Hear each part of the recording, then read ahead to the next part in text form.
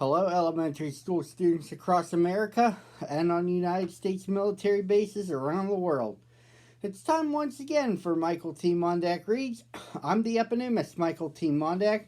I'm back with you virtually on a Monday, as always, reading one picture book to you, your parents, and your teachers on a daily basis. But I can't do it without a preview as to what I'll be reading. Here it is for this Monday. Habits. We all have them. Some are good and some are bad.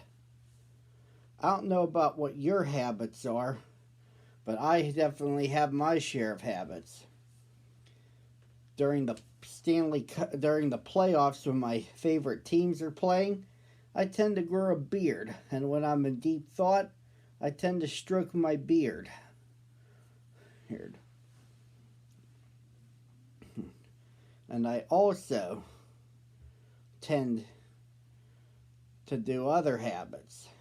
Some are good and some are bad. Sister Bear has her share of bad habits also, like nibbling her nails, which is part of a storyline by Stan and Jan Berenstain titled The Berenstain Bears and the Bad Habit. And it's up to the Bear family to try to break her habit. Habits and tics. When cubs start to twitch or to scratch or to nibble, what they need is some help, not a lecture or a quibble. Here we go. Sister Bear, who lived with her mama, papa, and brother in the big tree house down a sunny dirt road deep in Bear Country, had been going to school for quite a while. First there had been nursery school, which was pure fun, playing with dolls and blocks, rolling clay snakes, and scribbling with crayons. Next had come kindergarten. That was fun too. There were marching games and rhythm band. She also learned a lot of numbers in kindergarten, and most of the alphabet. Now Sister was in first grade. Regular school was different. It was still fun, and she liked Teacher Jane very much, but it wasn't all fun. There was quite a lot of work. Spelling, number problems, all kinds of things. In regular school, you have to concentrate. And sometimes when you concentrate, you form little nervous habits. That's what happened to some of the cubs in Teacher Jane's class. Lizzie twirled her fur. Twirl, twirl, twirl. Freddie scratched his head. Scratch, scratch, scratch. Norman sucked his thumb. Suck, suck, suck. And Sister nibbled her nails. Nibble, nibble, nibble, nibble. And before she knew it, she had nibbled them down the nubbins. In fact, she nibbled them down so far that some of her fingers were getting sore. "Oh dear," said Mama Bear to Sister when the cubs got home from school one day. "You've nibbled your nails down to nubbins. In fact, you've nibbled them clean off. How did it happen?" "I'm not exactly sure, Mama," Sister said, "but some of them are getting sore." Said Mama. "Well, here's what we'll do. We'll put a little medicine on the sore ones and bits of adhesive tape on all of them. That will remind you not to nibble and will give them a chance to grow back."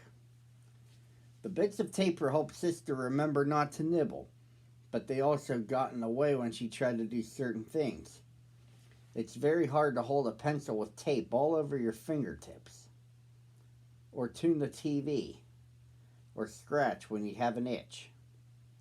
And when Sister tried to play jacks, she couldn't get any higher than twosies.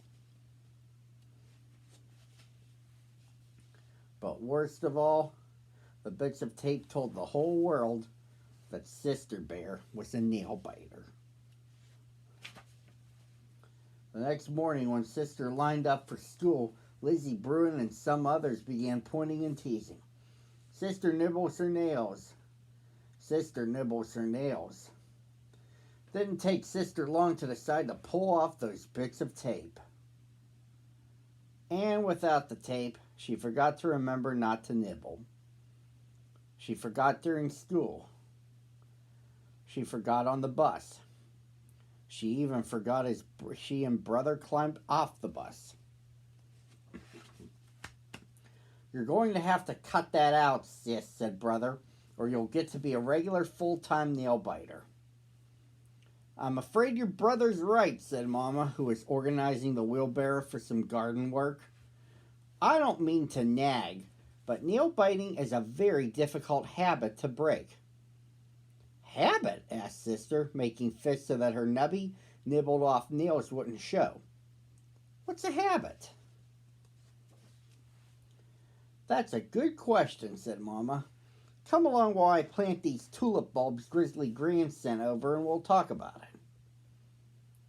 Now a habit, Mama said as she pushed the wheelbarrow along the well-worn path, is something you do so often you don't even have to think about it. Habits are a very important part of our lives, and most of them are good, like brushing your teeth and combing your fur when you get up in the morning, and looking both ways before you cross the road. But some habits aren't so good. Like nail biting, asked Sister. You would like to have your nice nails grow back, wouldn't you? Was Mama's answer. Oh, yes, said Sister, but I keep forgetting. Why is it so hard to remember? Well, said Mama, it's sort of like this path. I've wheeled this barrow over so many times that it's worn a deep rut right down the middle, and it keeps getting deeper every time I use it.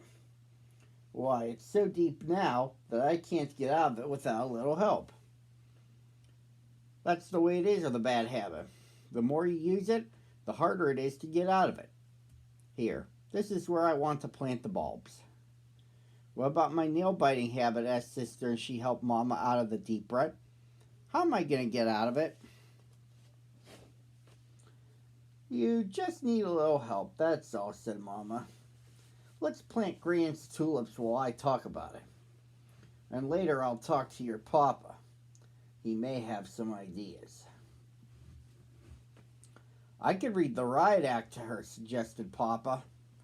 You know, nail biting is an outrageous, disgraceful habit, and if you don't stop it immediately... Dear me, no, said Mama. Nail biting is a kind of nervous habit, and shouting and threatening will just make her more nervous. I suppose so, said Papa thoughtfully. Perhaps some sort of reward would help. A bit of money. Let's say a dime for every day she doesn't bite her nails. Before Mama could answer, Sister Bear, who had been nervously nibbling in the next room, popped in and said, A dime. 10 whole cents every day just for not biting my nails? That's right, said Papa. Until the habit's broken. I'll never nibble again, she said as she thought of all those lovely dimes she was going to get. But the way it turned out, she didn't get a single dime. All she got was discouraged. A day is a long time, and habits are powerful, especially bad habits. Even with the promise of a dime, Sister couldn't remember not to nibble.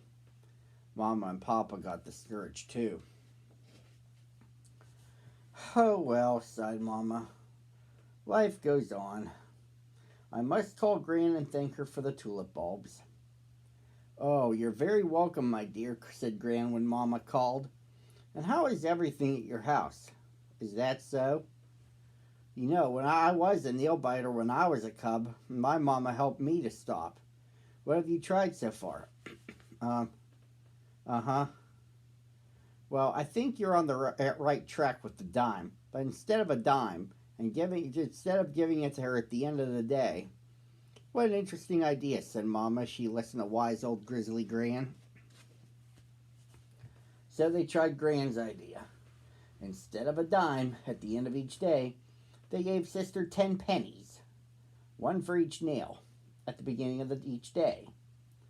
10 pennies to keep, unless she nibbled. And with those pennies in her pocket, jiggling when she got on the school bus, jingling when she jumped rope in the schoolyard, just waiting to be remembered when some nail decided it needed a nibble. The plan worked. Not perfectly.